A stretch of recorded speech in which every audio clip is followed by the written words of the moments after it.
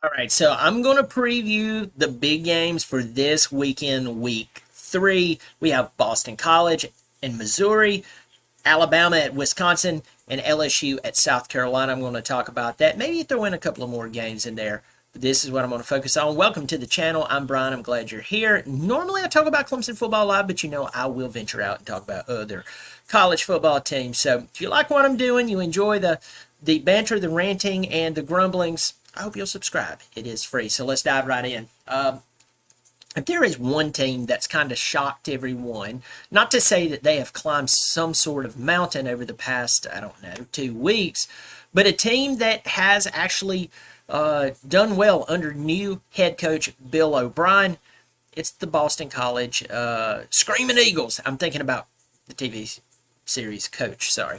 It's Boston College, and they played Florida State, and you could pause there. You could say, Brian, Florida State has been, for lack of better words, a dumpster fire this year. And you would be right. But Boston College actually went into Tallahassee and they commandingly beat Florida State at home after that walk-off field goal loss to Georgia Tech. So, Boston College literally took a knee inside of Florida State's 10, I believe. They could have scored another touchdown. There was no stopping them. But they're going to Missouri. Now, what's kind of funny is Missouri, over the past, multiple years, Missouri, you'd have to go back to those Chase Daniel days back in 2007-ish, around there, especially at 2007 Big 12, just offensive explosion as a whole. You remember you had Kansas, they were looking great. You had obviously Oklahoma, you had Chase Daniels and Missouri. You'd have to go back to then when Missouri was actually a contender.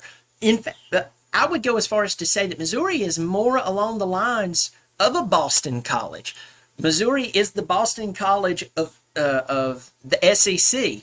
So these two teams getting together, Boston College seems to be playing better ball right now. They definitely have a good coach. I think Bill O'Brien's a really good coach. They're going into Missouri. This is going to be interesting. So let's talk about that game. Boston College is ranked number 24. It's been a long time since they were ranked,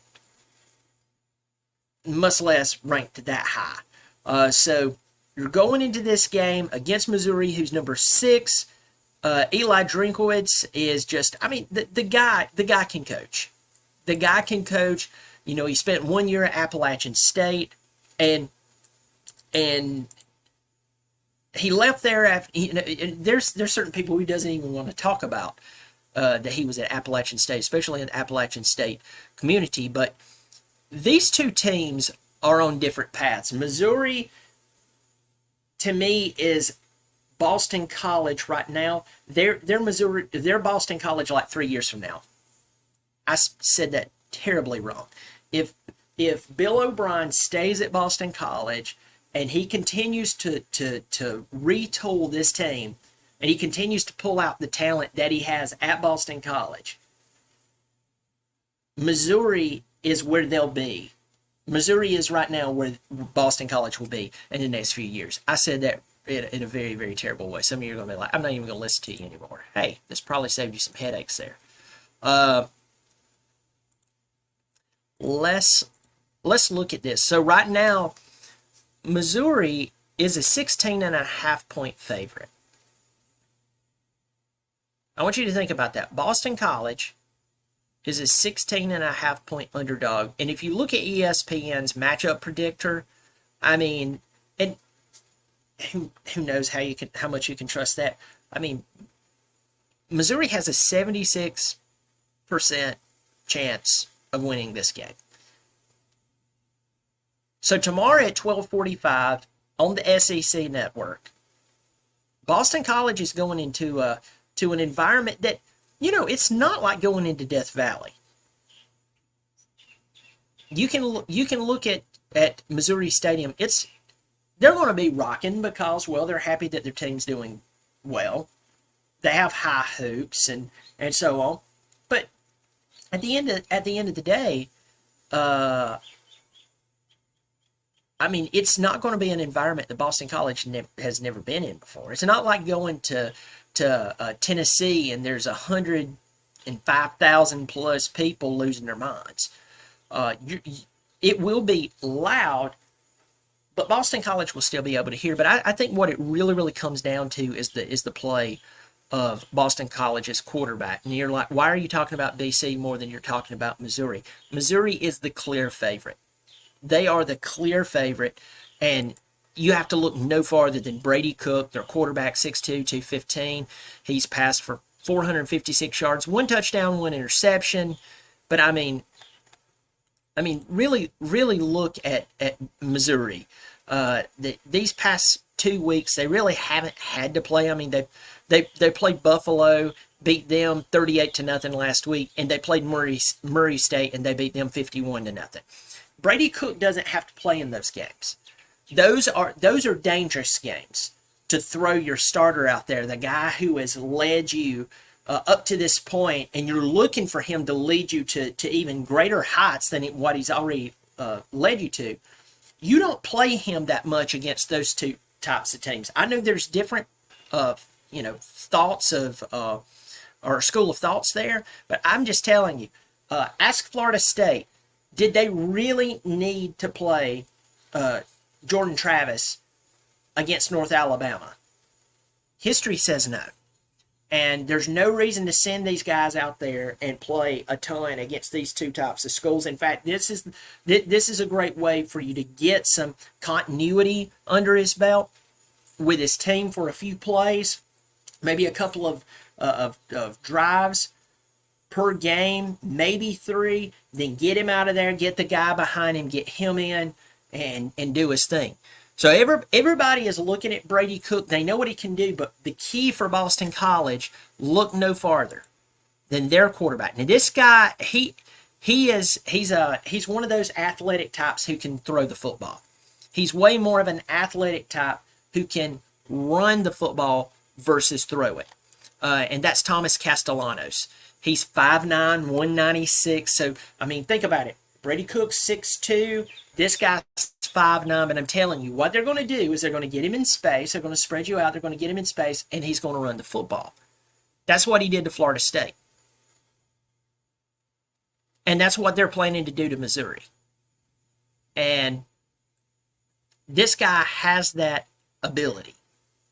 That is what he's going to do.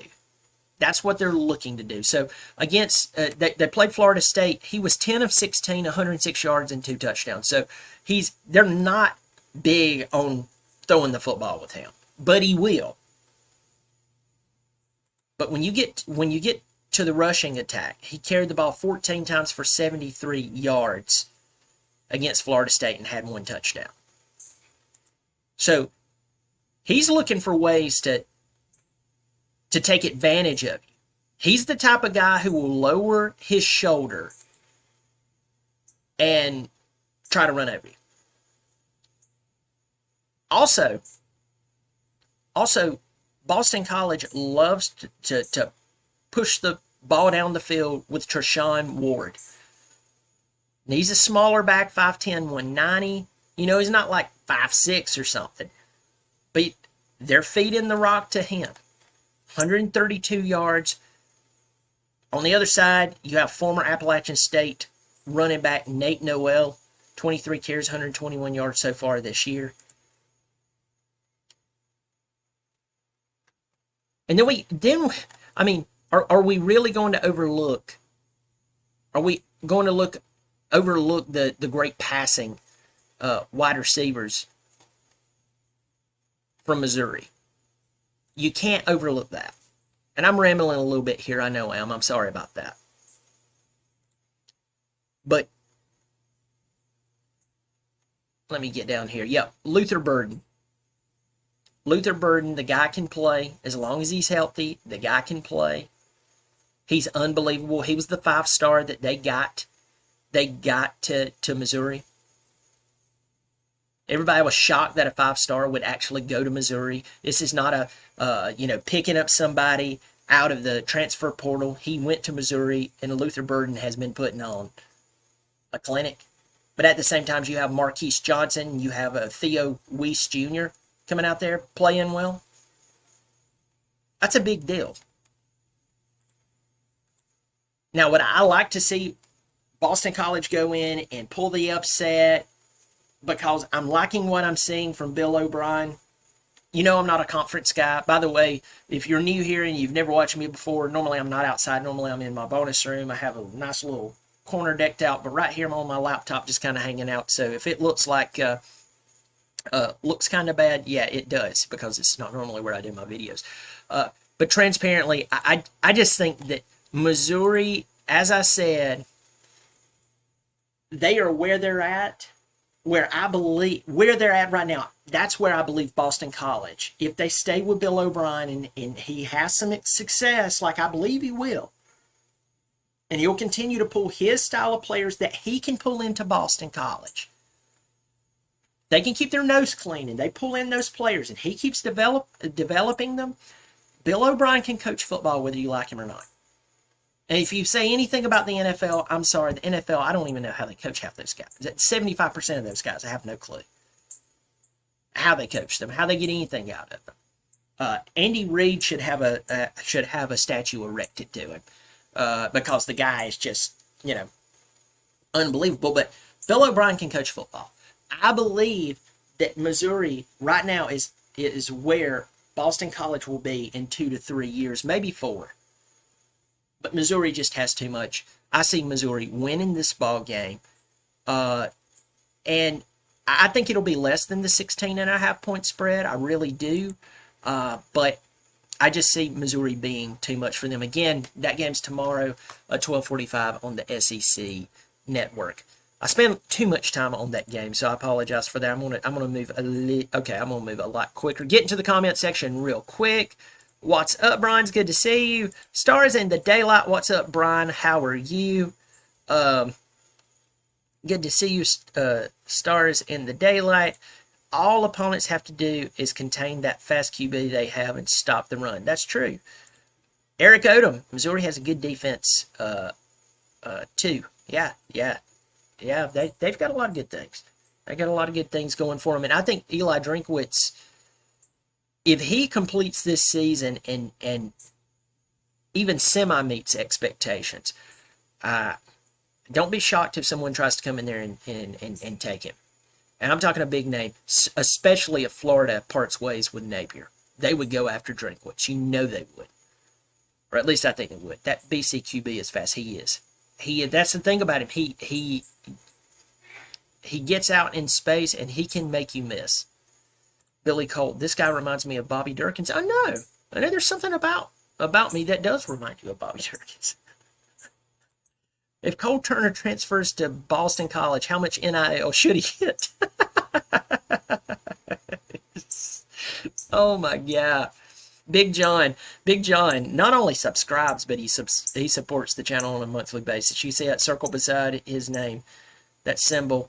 Thank you so much, Big John. I tell you right now, Dabo won't let that happen. Dabo would tap out all the NIL money that Clemson has and make sure that Cole Turner stays at Clemson. You have his pledge. Eric Odom, hopefully Florida gets Drinkwitz.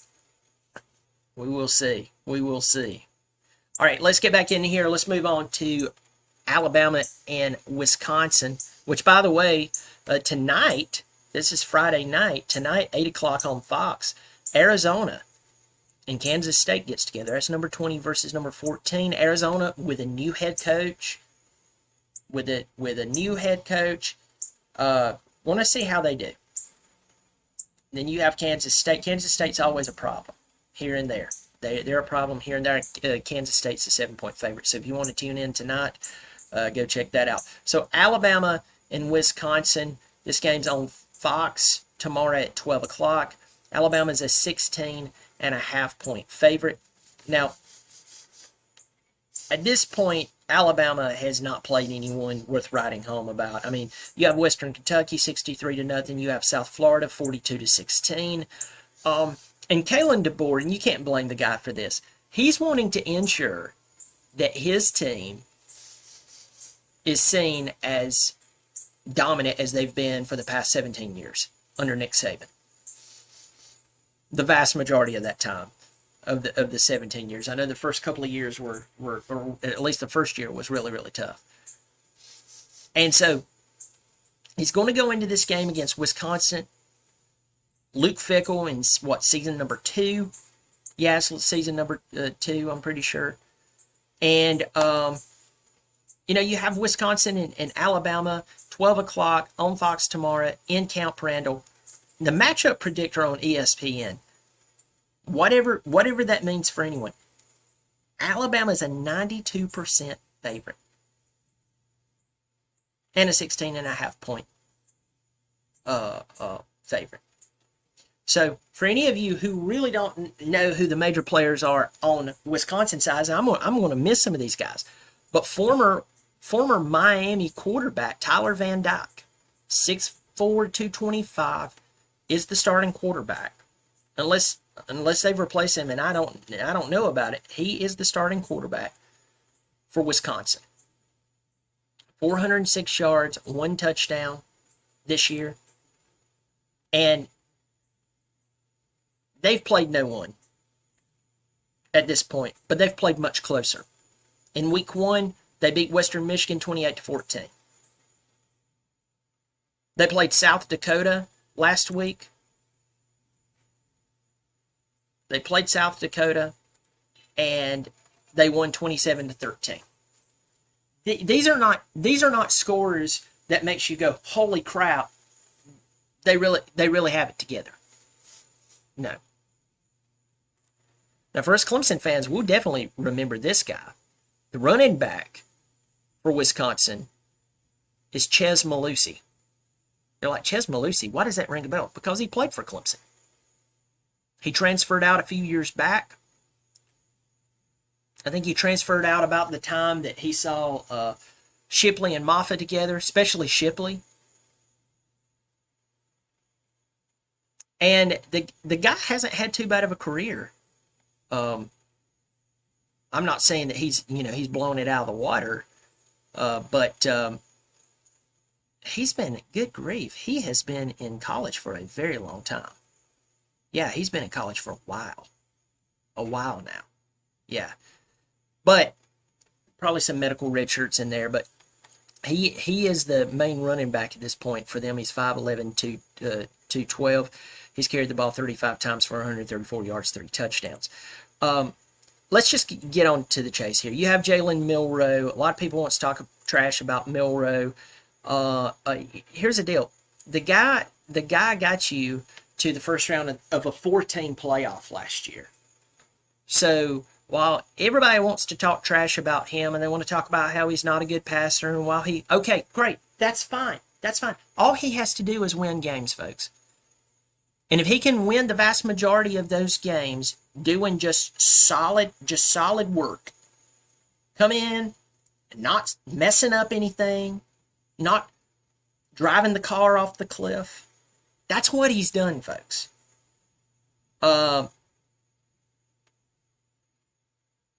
What can you say about that? You can say a lot of things, but transparently, you can't get too mad at the guy. So, Jalen Milroe, in my opinion, is maybe he's not the explosiveness that a lot of college football wants to see. He's not the passer, that a lot of college football wants to see. But I'm just telling you straight up, the guy's got a better record than most guys in the NCAA, in major NCAA football.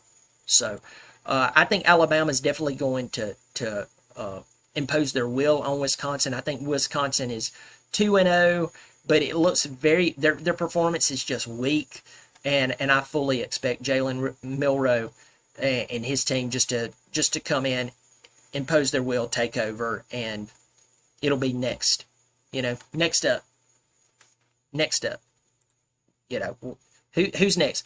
Right. By the way, I don't want to leave this without talking about true freshman Ryan Williams, the wide receiver for Alabama. 6 foot, 175 pounds. This guy This guy has been doing unbelievable. He has 6 receptions for 207 yards, 3 touchdowns. And I'm just going to pause here, and I'm going to say this to my Clemson fan base.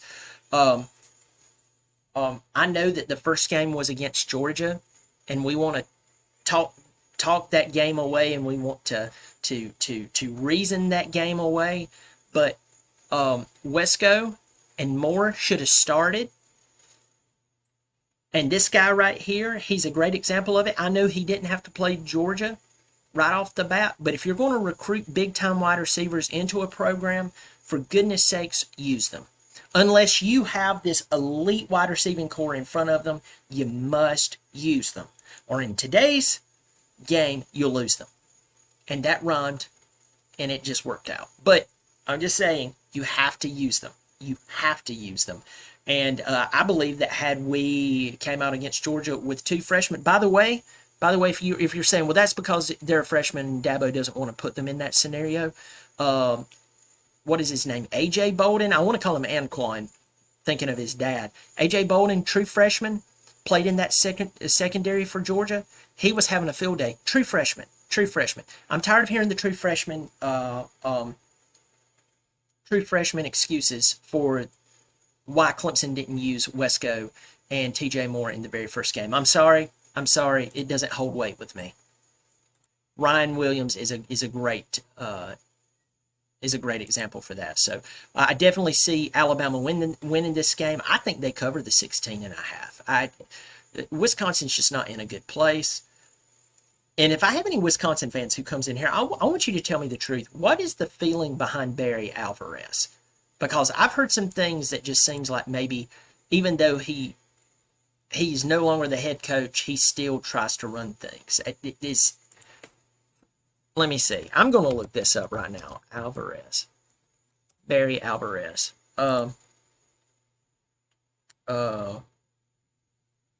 Yeah. Yeah, he's still kicking, and he's still the athletic director, according to what I'm finding here. I've heard that Barry Alvarez stepped away from coaching, but he wanted to coach the coaches. So I don't know if that's true. Please let me know if that's true. Y'all please drop that on me here, if you will. Let me see. Billy Cole was laughing about Bobby Durkins. Got Big John in here. 319. That Cole Turner answer was pure gold. Well, thank you, sir. Thank you for supporting the channel monthly and then just dropping me a super thanks right there. I really do appreciate it. Hey, listen. We got to keep the big dogs paid. You know, we don't use NIL for acquisition. We use it for retention, and you've got to retain. You got to retain the Cole train. Folks, I'm not making fun of Cole Turner. I am making fun of how Dabo gushes over him. And if I was Cole Turner, I'd be like, Coach, I appreciate you, honoring my deceased dad, your friend, and so on. I appreciate you being there for me, but my friend, you're making me look bad. So, Alabama should win commandingly. Their fronts are too strong for Wisconsin, from what I've seen. I wonder if we're going to see more screen game tomorrow. That's all I'm going to say is when you say screen to Clemson fans, we break out in hives. It's been bad. I think Alabama wins commandingly. I think this is a good game for Kalen DeBoer to come out, drop his drawers, and crap all over them. I really do. Tiger Paul Craven, what's up, Brian? Good to see you. Tiger Paul Craven, my old buddy. His show, he and Jordan Bowman had me on right before the season. Clemson football at the Voice of College Football. Y'all need to go check it out if you hadn't already. They're doing great. TPC, it's good to see you. I'm going to have you boys on my show and chat about the state of Clemson football and so on. It's good to see. It's good to see y'all. Trevor Lawrence, a freshman. Yeah, and you know what? Here's what's so crazy about that is he sat Deshaun Watson. Coach Swinney sat Deshaun Watson behind Cole Stout. His first two passing plays in college was against Georgia. He was 2 for 2 and a touchdown, and the touchdown he threw was outrageous. Trevor Lawrence, it's a miracle he saw the field. He was just that darn good, and it's really hasn't. Freshmen like that in certain positions, they really don't see the field until later. Drops his drawers and craps all over him. Oh yeah, of course. Look how not playing affected Klubnik. Yeah, he's a quarterback. However, what would have done without all the bench time? You know, that's the thing. That's the thing. You've got to get these guys out there, and you need to get them on the field. And if they do well, great. If they don't, you can always come back and say, hey, they're freshmen, and we're trying to get them acclimated to the game. And I just think that you should put them out on the field and let them play. I am missing the light. I can see myself right here. I look like I'm, it looks really terrible. But anyway, let's move on to our last game, LSU and South Carolina. I'm not too terribly far from Columbia right now. I'm not close to it, but I'm not too terribly far from it. But of course, everybody who's watching this channel, you know that I am a Clemson fan through and through, not a South Carolina fan whatsoever. But you'll also know that I try to be fair when I give my predictions, especially on this channel. So LSU goes out, they play Southern Cal, USC, the very first ball game. That was a pretty good game to watch. It was very, it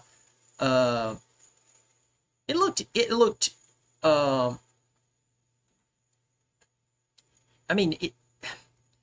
Southern Cal looked pretty good. I'm going to put it that way. But I don't want to feed into the hype with Southern Cal. Southern Cal is one of those teams, they get hyped like that. I mean, Southern Cal and Miami, and I know that Sark finally has Texas looking solid right now, but Texas is one of those teams that gets hyped really, really quick. If Notre Dame beats an FCS school, they're being hyped. They're in the top 10, and you're like, oh my goodness, this is just way, way, way, way too much. But Southern Cal looked pretty good. Brian Kelly afterwards, he's angry, he's pounding the table, and I don't blame him. I would be too. The point here is they come into South Carolina tomorrow, 12 o'clock, and this game's going to be on ESPN. I think College Game Day is going to be there. And, it's according to the matchup predictor on ESPN, it's a 50-50 split, basically, between these two teams. Now, LSU is only a 6-point favorite coming into South Carolina. Now, 2 weeks ago, South Carolina played Old Dominion, the Sun Belt school. Had Old Dominion's quarterback not turned the ball over 4 times, and they were like bad turnovers. South Carolina would have lost that ball game. They looked that bad. On the other hand, let's talk about South Carolina's quarterback, LaNorris Sellers. This guy was like a 4-star coming out of Florence, South Carolina. And I'll tell you this, I watched him play in the 2 spring games. I've watched him in the 2 spring games. And I'm shocked that he's throwing the ball as high as he's throwing it. He's throwing the ball high. And I'm going to tell you what's going to happen. South Carolina or not, Clemson or not, throw that out. We're just talking about pure football here. LaNorris Sellers has the ability to play well. He is an athletic young man, and I believe that if he is developed right, he's going to be a pain for the teams that he plays. But you can't keep throwing the ball high. You're going to get your wide receivers killed, and your turnover ratio is going to be through the roof. The guy is throwing the ball way too high. His passes are not looking good, and I'm shocked. I am shocked. On the other hand, you have Garrett Nussmeier. The guy came out, played tough against Southern Cal, lost 27-20. So far this season, he's 57 of 76, 610 yards, 8 touchdowns, 1 interception. They played nobody last week and struggled at first. Nicholls State was playing close with him. I'm just going to get to the point on this one. I just don't believe that South Carolina as a whole is going to be able to play well against this the defensive line of LSU. South Carolina's offensive line is bad.